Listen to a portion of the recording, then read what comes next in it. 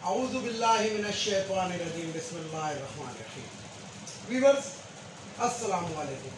Viewers मैं हूं आपका मेज़बान सैयद अहमद समी और आप देख रहे हैं सैयद अहमद समी यूट्यूब चैनल रावलपिंडी इस्लामाबाद से।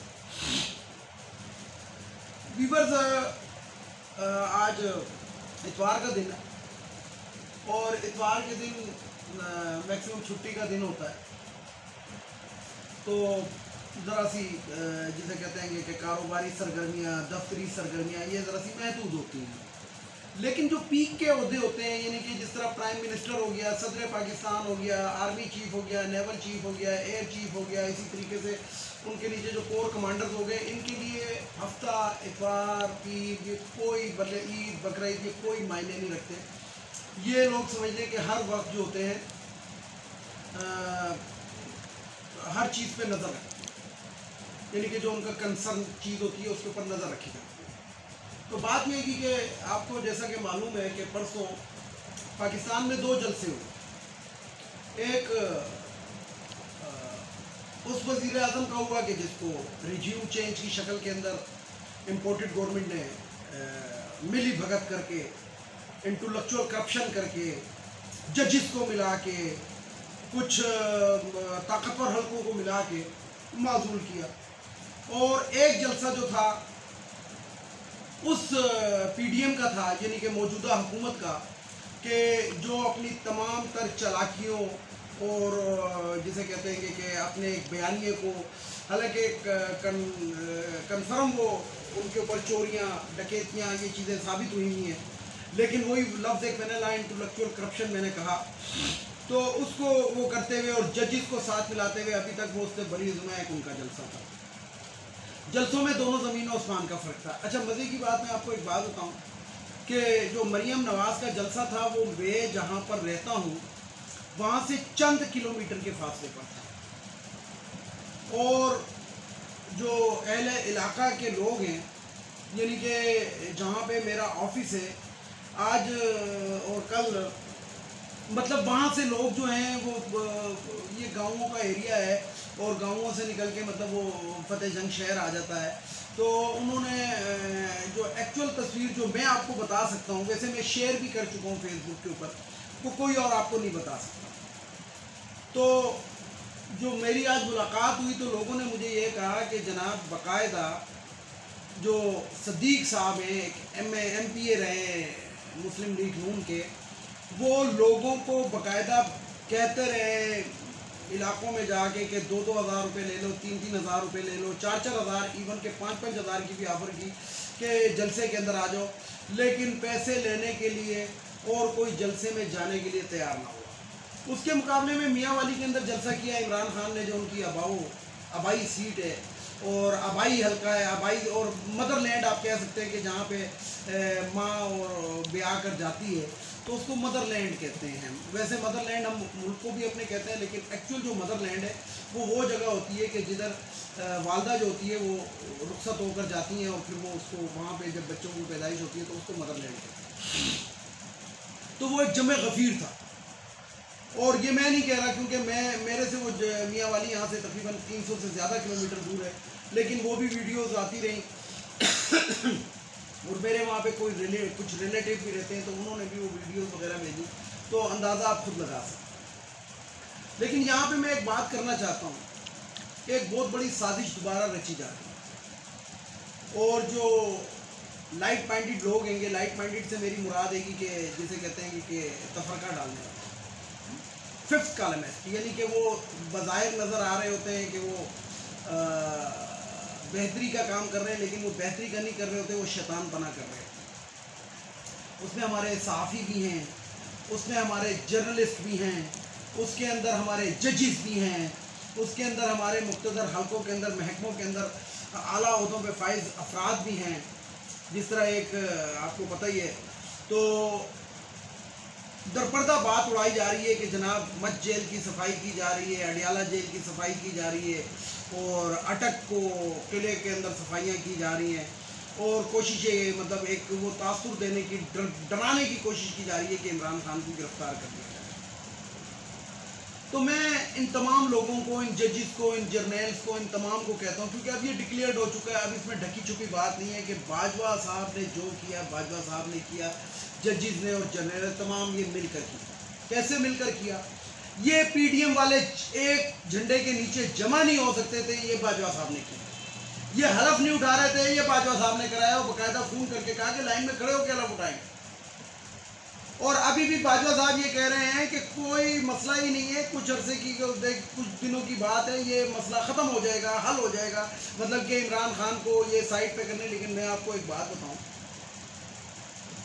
मुझे बहुत तकलीफ होती है जब मैं फौज के किसी भी अफसर या इवन के एक अदना से सिपाही के बारे में भी बात करूं। लेकिन बहरहाल हकीकत हकीकत, क्योंकि मैं खुद हिस्सा रहा हूं और मुझे मालूम है कि क्या किया जाता है और किस तरह किया जाता है। क़यामत के आसार होंगे कि जनाब फूल जो होंगे वो डूबेंगे और पत्थर तैरेंगे। चमड़े का सिक्का चलाया और 3 से 4 महीने 8 महीने बाजवा साहब की टोटल सर्विस रह गई थी। लेकिन मुझे नहीं समझ आया कि अमेरिका की झोली में क्यों जाके बैठे और किसके कहने पे बैठे। पैसा लिया, अगर पैसा नहीं लिया, अगर ज़मीर की आवाज़ तो ज़मीर की आवाज़ तो ये जो रिटायर्ड फौजी हजरात हैं, क्या ये गद्दार है? क्या इनके ज़मीर की आवाज़ नहीं है जो ये अभी तक कह रहे हैं कि नहीं जी आपने किया है तो गलत किया? और ये जो एक रिटायर्ड फौजी हजरात से जो बाजवा साहब ने लाहौर के अंदर एक काउंसलिंग की थी, उसके अंदर कितने सख्त सवालात का बाजवा साहब को सामना करना पड़ा, ये बाजवा साहब को खुद मालूम है। उंगलियां उठ गई। जो फौज का एक मेमोरेंडम कायम किया था, एक अच्छी वो कायम की थी अहले वतन की नज़रों के अंदर, वो बाजवा साहब ने उसको ज़ीरो करने में कोई कसर नहीं उठाया। और मरियम नवाज, ये मैं इस वजह से कह रहा हूँ कि अब ये मरियम नवाज ने डिक्लेयर कर दिया है अपने जलसे के अंदर, अपनी तकरीर में एक चीज़ डिक्लेयर की है कि जब साबका DGISI को हटाया गया तो उसके बाद जो थी वो इमरान खान की आंखें बंद हो गई और उनको कुछ दिखाई नहीं दिया और उसके बाद ये यूं हो गया। मतलब ये कि जो एक बात एक टीवी के ऊपर एक टॉक शोज के अंदर आई थी कि एक जो नए एक इदारे के सरबराह हैं, उन्होंने कहा था मुझे मीडिया पे मत, मेरी तस्वीर भी मत शेयर कीजिएगा, मुझे मीडिया पे मत दिखाएं, मेरा कोई ये नहीं, मेरा ट्यूटर व्यूटर कोई नहीं होगा और मैं इस किस्म के काम नहीं करूँगा, मतलब फ्रंट पर नहीं आऊँगा। इसका मतलब है कि सब कुछ उन्हीं का किया हुआ है जो कि नज़र आ रहा है। क्योंकि मरियम नवाज ने अपने जलसे में कहा, ये मैं नहीं कह रहा, ये मरियम नवाज ने कहा। जजिस के बारे में जो आजकल वकला हजरात कह रहे हैं वो आप लोगों के सामने वक्तन फवक्तन फेसबुक के ऊपर, सोशल मीडिया के ऊपर तस्वीरें आई रही हैं।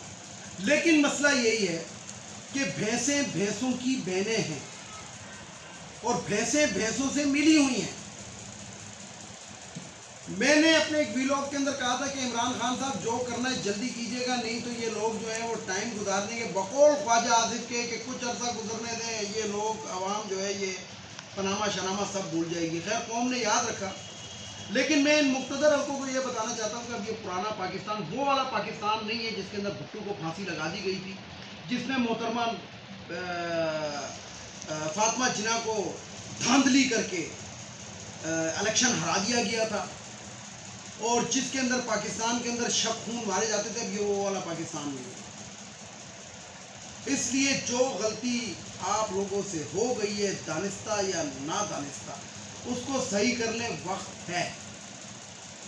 नहीं तो ये मैं आपको बता दूं कि वक्त बड़ी तेज़ी से गुजर रहा है। और इमरान खान का एक जुमला आज मुझे बड़े उससे याद आता है, river cross only the time, यानी कि इस दरिया को एक दफ़ा क्रॉस किया जाता है। क्योंकि पानी नीचे से निकल जाता है तो फिर वो वाला दरिया तो नहीं रहता, वो पानी नहीं रहता। दरिया वही रहता, मतलब जिसे कहते हैं पुल वही रहता है, लेकिन वो पानी नहीं रहता। रिवर नेवर क्रॉस ट्वाइस, ये उनके अल्फाज थे इमरान खान के साथ। तो मैं यही कहूँगा कि जनाब मुक्तदर हल्कों से तमाम से कि अभी भी वक्त है, नहीं तो ऐसा ना हो कि आप लोग हाथ मलते रहेंगे। क्योंकि पाकिस्तान के अंदर जो इस टाइम जो पाकिस्तान के दर्द रखने वाले सहाफ़ी हैं, उनमें मैं भी हूँ, हम यही देख रहे हैं कि आने वाले दिनों के अंदर बहुत ज़्यादा मुश्किलात का सामना अपना पड़ सकता है और कहीं सिविल नाफरमानी की मुहिम ना चल पड़े और सिविल नाफरमानी के अलावा जिसे कहते हैं कि खाना जंगी का शिकार ना हो। अब ज़रा सी बात कर लेता हूँ महंगाई पे, क्योंकि आजकल वो तो साफ़ी सो गए जो टमाटर और प्याज के रोज़ाना टीवी पे बैठ के रेट बता रहे होते थे। तो मैं आपको बताऊं कि शहबाज शरीफ, ये शोबाज शरीफ भी इनको कहते हैं लेकिन मैं इनको शरबाज शरीफ कहता हूँ। तो शरबाज शरीफ ने रमज़ान के जब 4-5 रोज़े रह गए तो बाकायदा बड़ी एक मुहिम चलाई, आटा सस्ता कर दिया, चीनी सस्ती कर दी, आटे का तोड़ा जो सस्ता बाजार में 450 का मिल रहा था 400 का कर दिया, चीनी जो 80 की मिल रही थी वो 70 की कर दी, इसलिए कि 3 से 4 दिन रह गए। जो ही रमज़ान ख़त्म हुआ तो जो चीनी इमरान खान के दौर में 85 रुपये किलो मिल रही थी, इस टाइम 115 रुपये किलो पे कर दिए। यानी कि वो जो 10 रुपये का रिलीफ दिया था 5 दिन के लिए, अब वो 25 रुपये की शक्ल के अंदर ये वसूल करेंगे। This is called business. आटे का जो थैला था 20 किलो का 1120 रुपये उसकी कीमत थी, अब उसकी 1350 रुपये कीमत है। घी की कीमत तो आप पूछे ही नहीं, ये तकरीबन 500 रुपये से 10 रुपये कम है या 15 रुपये कम है। महंगाई का एक सैलाब और आ चुका है और ये खामोशी से कर दी। मजे की बात ये मैं आपको बताऊं कि सिगरेट की कीमत इसने, मैंने अपने व्लॉग के अंदर बताया, बड़ी खामोशी से सिगरेट की कीमत भी बढ़ा दी। इसी तरीके से जब सिगरेट की कीमत बढ़ी तो मुख्तलिफ बेकरी के आइटम ये वो यूं या हर चीज़ बढ़ चुकी है। जब आटा महंगा तो हर चीज़ महंगी, चीनी महंगी तो हर चीज़ महंगी, घी महंगा तो हर चीज़ महंगी। तो मैं उन सहाफ़ियों को जगाना चाहता हूं जो आलू प्याज और टमाटर का रोज़ाना रेट बताते थे, जरा ये भी रेट बताएं। वीडियो को लाइक करें, शेयर करें, सब्सक्राइब करें, बेल आइकन के बटन को ज़रूर दबाएं ताकि मेरी नेक्स्ट वीडियो आपको मिल सके। इजाज़त चाहता हूँ, अगली खबरों के साथ दोबारा अनकरीब हाजिर होंगे। तमाम देखने वाले सुनने वालों को खुदा हाफिज़ और आखिर में वो नारा पाकिस्तान जिंदाबाद।